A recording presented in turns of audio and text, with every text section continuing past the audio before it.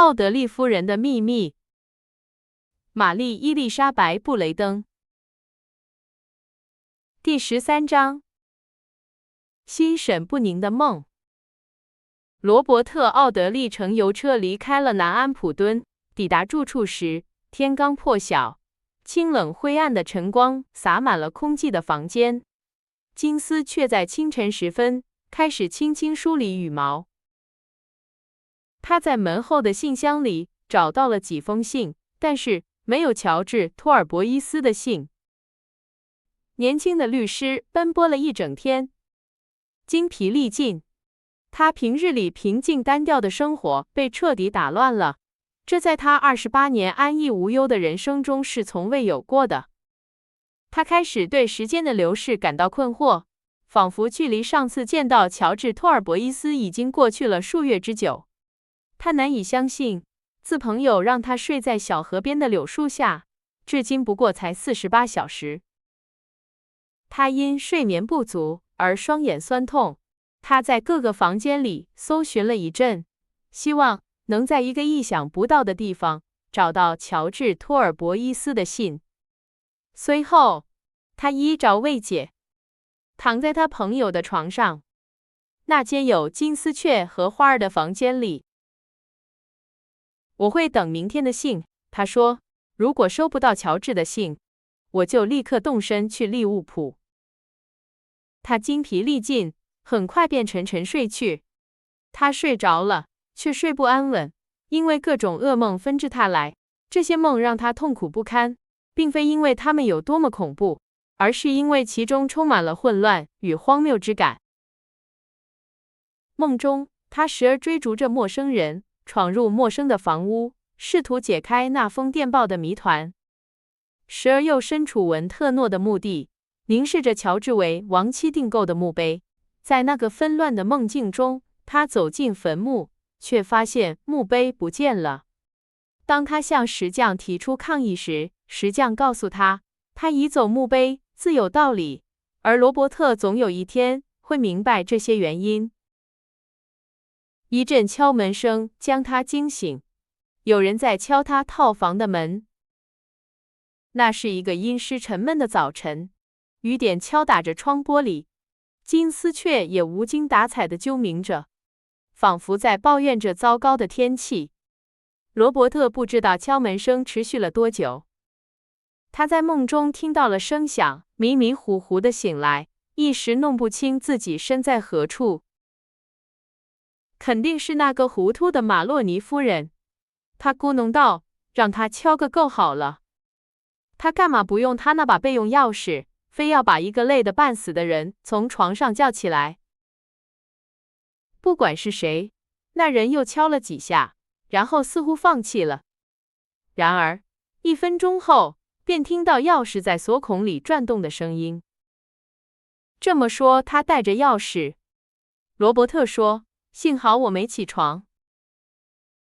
客厅和卧室之间的门半开着，他看见房东太太在里面忙碌，掸着家具上的灰尘，整理着那些从未乱过的东西。是您吗，马洛尼夫人？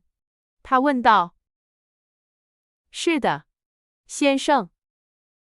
如果您有钥匙，那您究竟为什么敲那么多次门？敲了很多次吗，先生？是的，吵得要命。我一次都没敲啊，奥德利先生，我是直接用钥匙开门进来的。那会是谁敲的门？肯定有人不停地敲了至少1刻钟的门，您下楼的时候一定会碰到他才对。先生，我今天早上来的晚了些，因为我先去了马丁先生的套间，然后直接从楼上下来的。那么您在门口或楼梯上没有看见任何人吗？一个人影儿也没有，先生。这不气人吗？罗伯特说。想想看，我竟然让那个人走了，都不知道他是谁，想干什么。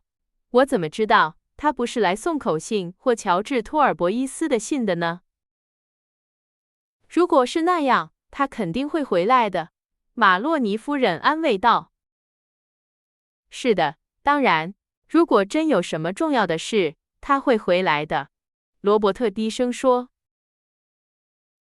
事实上，自从在南安普敦发现那封电报后，他收到乔治·托尔博伊斯消息的希望就已基本破灭了。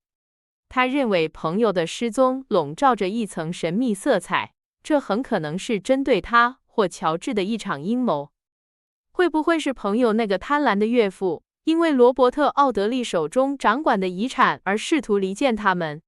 又或者，那个老家伙，即便是在这个文明时代，各种难以想象的罪行依然时有发生，会不会设下圈套，把他引诱到南安普敦，然后派人将他除掉，以便攫取那笔留给小乔吉由罗伯特托管的2万英镑？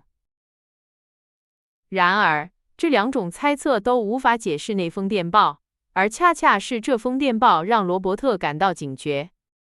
邮差没有送来乔治·托尔博伊斯的任何信件，那个敲门的人在7点到9点之间也没有再出现。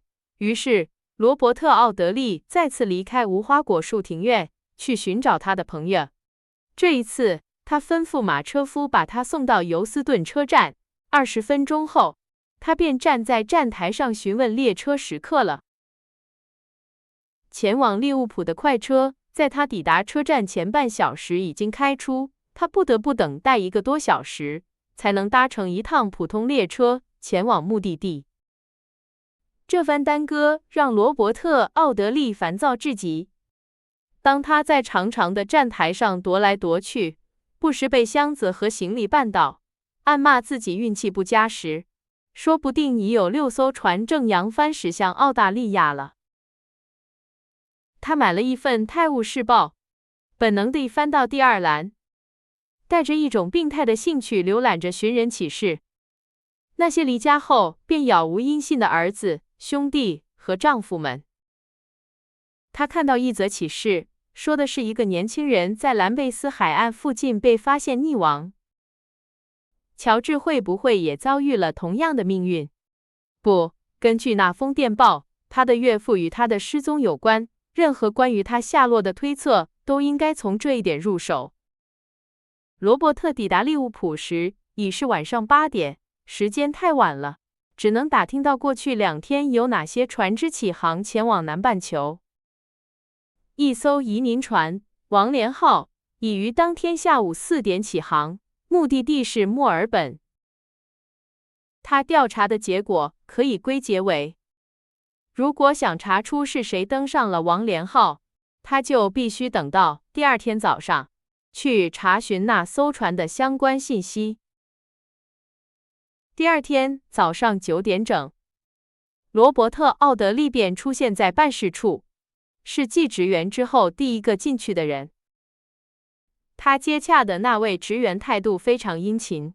年轻人查阅了登记簿，用笔尖过王莲号的乘客名单后，告诉罗伯特，乘客中并没有叫托尔博伊斯的人。罗伯特没有放弃，有没有乘客是在开船前不久才买的票？另一位职员听到这个问题，从桌前抬起头来。是的，他说，他记得有个年轻人下午3点半进办公室买的船票，他的名字登记在名单末尾。托马斯·布朗。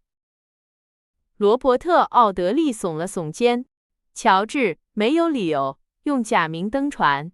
他问刚才说话的那位职员是否还记得那个叫托马斯·布朗的人的样貌。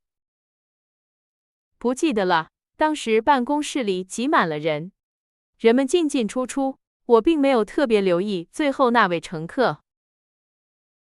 罗伯特感谢了他们的帮助，并祝他们日安。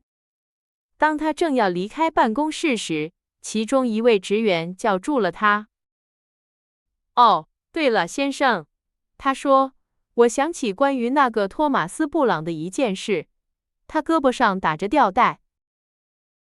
如此一来，罗伯特·奥德利别无选择，只能返回伦敦。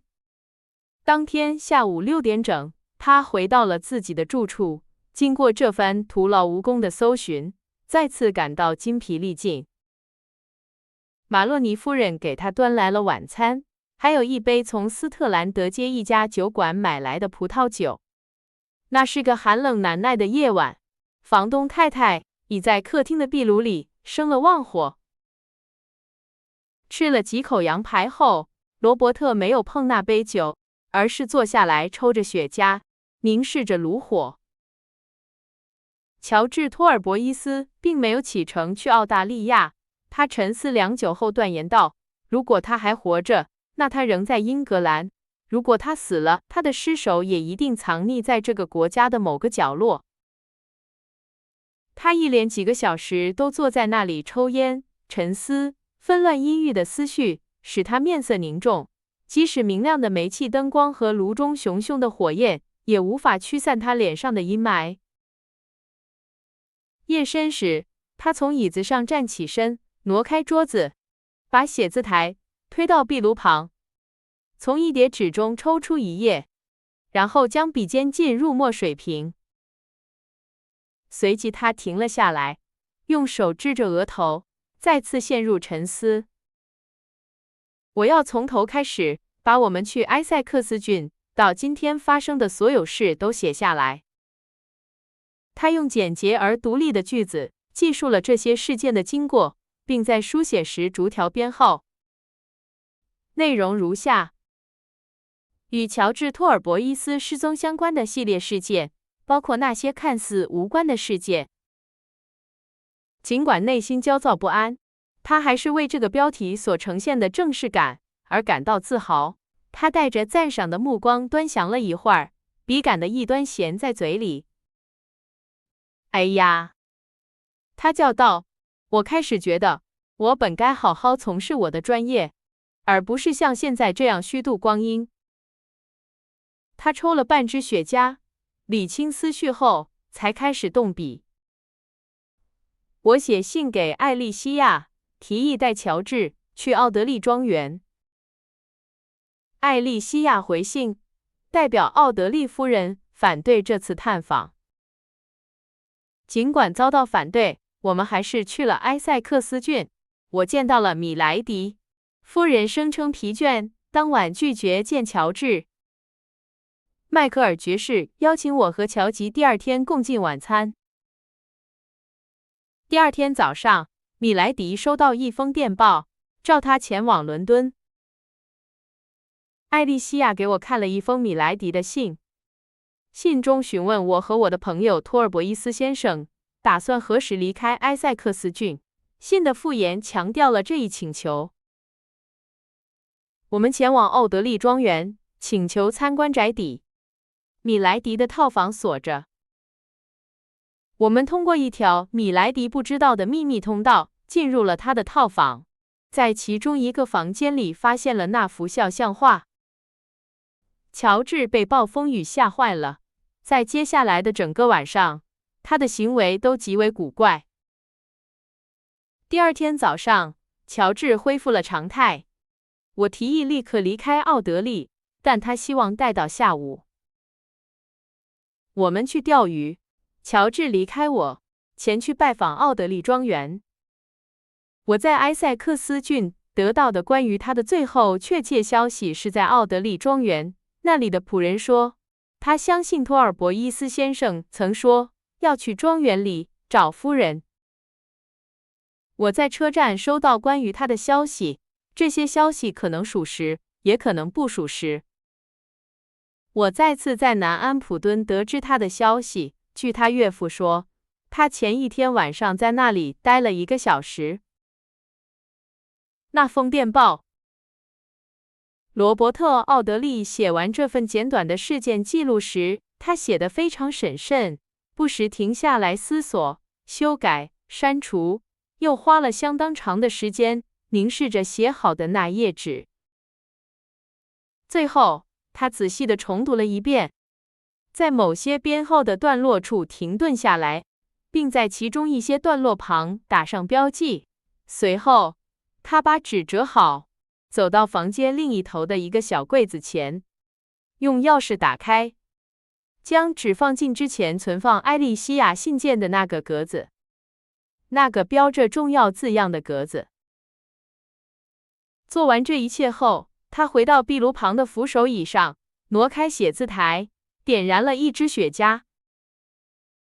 这件事从头到尾都透着蹊跷，他承认道，而解开谜团的关键一定在南安普敦或埃塞克斯郡。无论如何，我意已决。我先去奥德利庄园，在附近搜寻乔治·托尔博伊斯的下落。